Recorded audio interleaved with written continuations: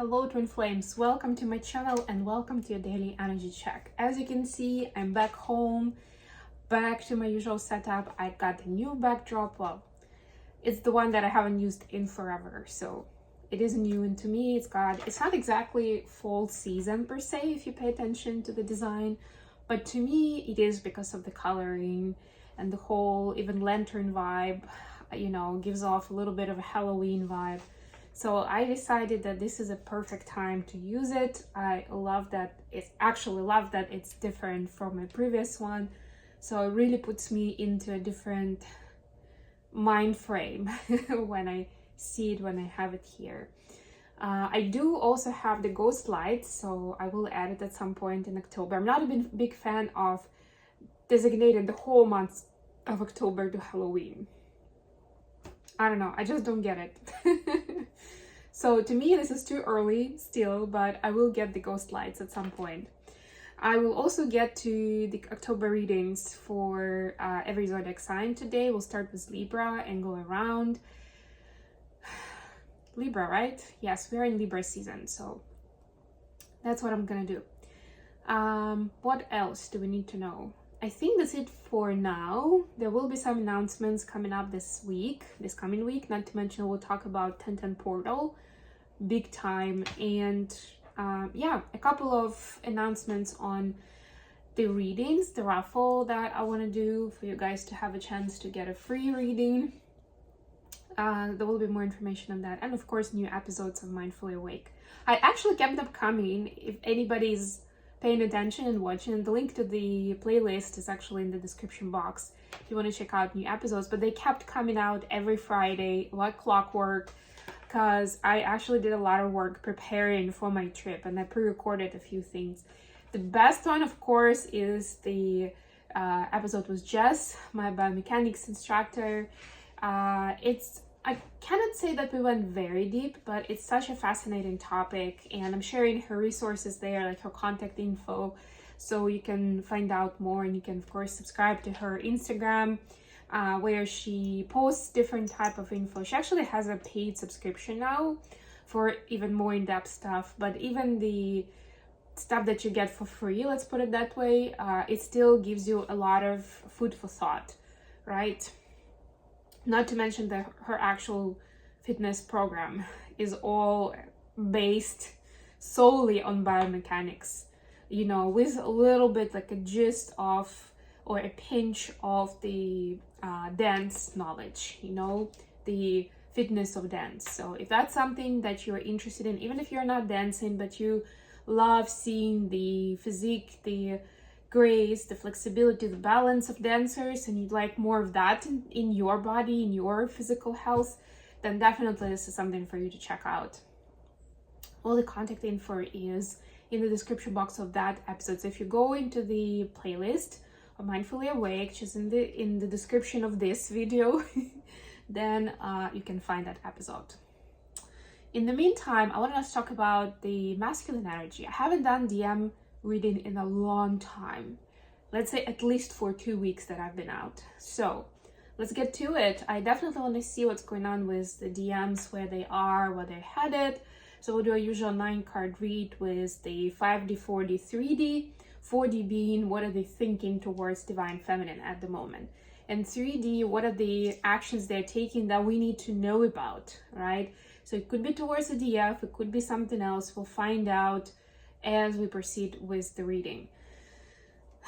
What else? At the end, I'll pull messages from DMs to DFs with the oracle cards, and to start with, I'll pull an oracle message for each of the twin collectives, because I know we obviously have a lot of feminines watching, cross-watching this reading. So I will use the Monology deck, which I got from a neighbor of mine. These days it's normal to have a conversation with someone who, you come across that person not because of spirituality at all, and at the first glance they're in a completely different plane, and that's not something that they're interested in. And then suddenly in a conversation it comes up that they have a tarot deck, or maybe even two, or like she kept calling these tarot decks as well, but this is obviously an oracle deck, but still And I was like, wow, do you use them? Well, no, not really. And then the conversation continues. So anyway, she let me use them for a while. So, and since they've been with me for a couple of weeks now, they've definitely, the energy of the deck has rebalanced with the energy of my plane, why not? My plane, my place, and, you know, my own field. So let's get a card from Knowledge of Divine Feminine's Fortune first of all, and then we'll focus on the masculines. And don't forget, if you like what I'm doing, don't forget to like the video and subscribe to my channel. In order to be part of the sweepstakes to get a free reading, you also need to be subscribed. So do it anyway. A win-win outcome is forecast. Full moon in Libra. Yeah, a win-win outcome is something that's sometimes we don't believe is available, so we settle for something worse than, for something that is detrimental to our goals, our divine alignment, right? Because we feel like, well, it doesn't seem like there is a win-win in this case. But if that's the message, and everybody obviously needs to hear this because that's the message that I'm hearing right now, you need to dig a little deeper. And I'm like that myself. I'm not saying I'm perfect in that way, right? Like oftentimes I myself I may sometimes still use the phrase, I don't really have a choice. And when that comes out, that's your red flag. And not to like deny it and push it away, but to look into it, because there's a good chance that you're not making the best decision for yourself and for everyone involved, because there is a limitation, there is some kind of block where there is a belief that this is the best that I can get, right? Like it's not the best in general, but this is all I can pull off given the circumstances and where I am and all that stuff. So pay attention to that, because win-win is definitely available and is forecast, as the card is saying. For masculines, we have you and your loved ones are safe. New moon in Cancer. Wow, this is such a great energy. And we looked at the energies last week where divine masculines were working through the masculine chakras energy. And maybe they don't call it that way, right? I mean, obviously not everybody uses that terminology, but the topics of safety and confidence were very big, right? And this is another affirmation and confirmation that you and your loved ones are safe. So it's important to settle into that energy of safety so that you are not acting or making decisions in a survival mode just because we need to get to safety, right? You're already in safety. So now you can allow for more freedom, for more exploration, right? For taking risks. I will be using my movie tarot deck for the main read. I know we've all missed it. I know I did. Let's see what we have here. Tens. Eights. The Hierophant at the bottom of the deck, Don Corleone.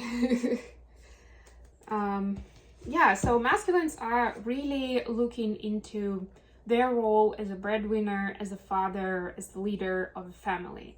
And family is a kind of a key word here, because they've already thought enough about what they want for their life, how they want to be in charge, how they want to be in power, in getting whatever resources they want for themselves and whatever goals they see for themselves, right? But here I'm actually, well, Hierophant is actually the leader of the community, right? But it starts with family, and I'm sensing very strongly that this time it's about family for the masculines, and that will include the family that they create, meaning life partner and a child or children, and also family in terms of relatives like parents and siblings and everybody else. So there's something here about embracing power from that perspective, when you see yourself as a leader who can provide and support the family, right? And that brings a different flavor to the whole concept of power and strength and representation in the community, right? What kind of a person I want to be? How do I see myself when I'm embracing that role? That's the big contemplation. Very interesting. So for the 5D space, we have King of Cups, the Moon, and Seven of Swords. Very interesting, right? The Moon illuminates the secrets that have been kept in silence. You know, something that was, I'm hearing for a lot of masculines, it's something that was, it's like an energy block that occurred when they were little. And it's either that for some, the masculines couldn't talk about it because they weren't talking yet. Interesting concept, right? Like, I don't know, a 2-year-old, for example. There are 2-year-olds who don't talk. Maybe, I don't know, 18 months. Like, enough to absorb the reality, the experience, you know, something traumatic, something shocking, but not being able to talk about it. Or maybe the person, like the child started to talk, but they didn't know the words for what they were experiencing, right? Something about that, something about the inability to process feelings and emotions, and inability to express them somehow, right? So it created, I mean, we can see it as a secret in tarot, but basically it's like this forbidden topic or this memory that the masculines have pushed out, but energetically it's been haunting them still. We have a full moon coming up, I think, in about 10 days. So this is like building the energy up to that full moon. It's essentially preparing the energy of masculines to be able to see it, to accept it, to remember it.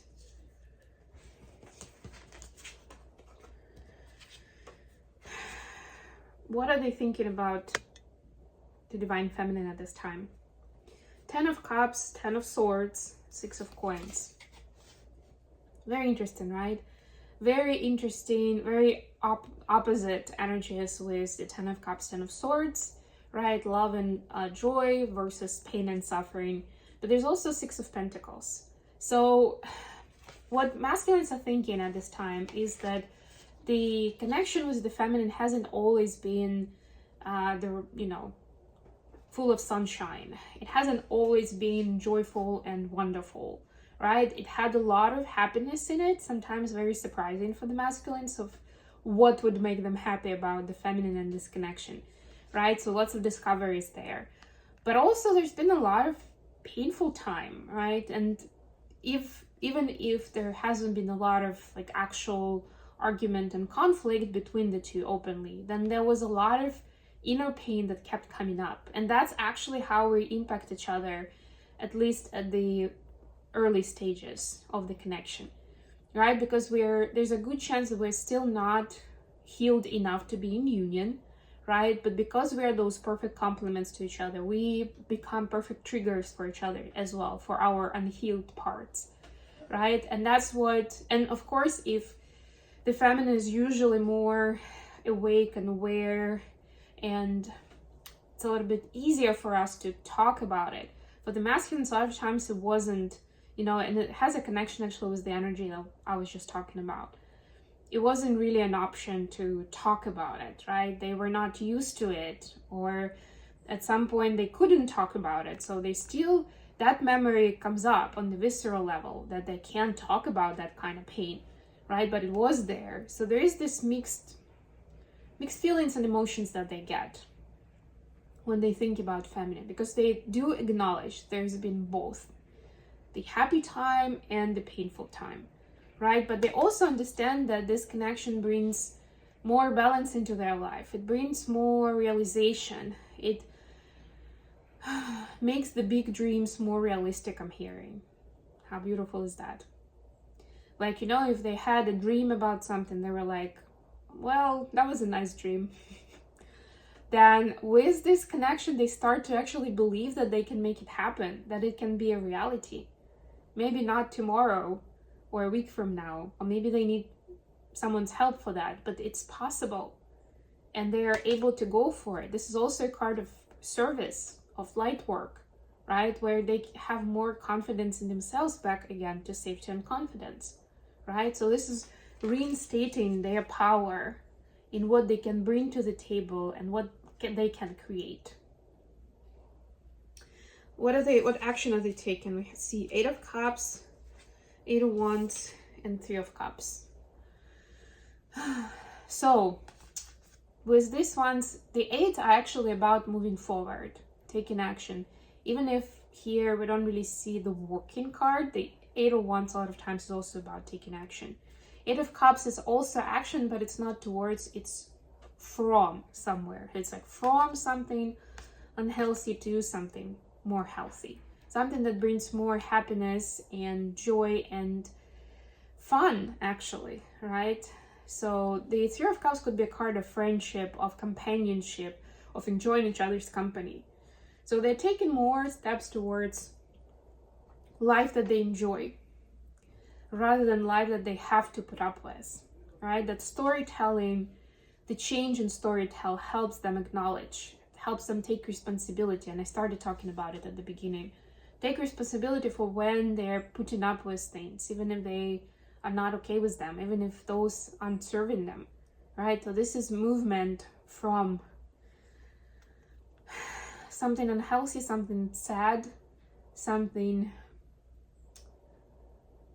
I'm getting for a lot of them, it's a situation where masculines felt like their presence was needed, like their help was needed, like they couldn't leave those people, that situation behind. And now they're understanding that if they're staying, they're leaving themselves behind. So that's not an easy decision, because I put it that way. Well, they're moving forward, but it's not an easy one. But the masculines are making those moves.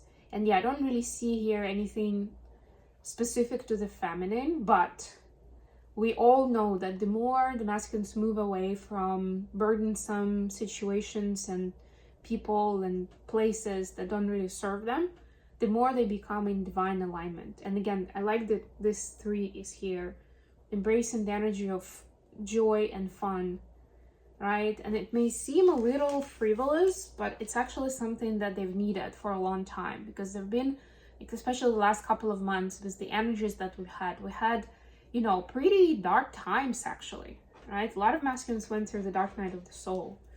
And it's important to reconnect with the feeling of joy and fun, because that's the energy where you want to be to create something new and beautiful in your life, to manifest something happy. You can't do that from a place of sadness and pain. Let's get some messages from masculines to feminines to close this off. What would masculines like to say to feminines right now?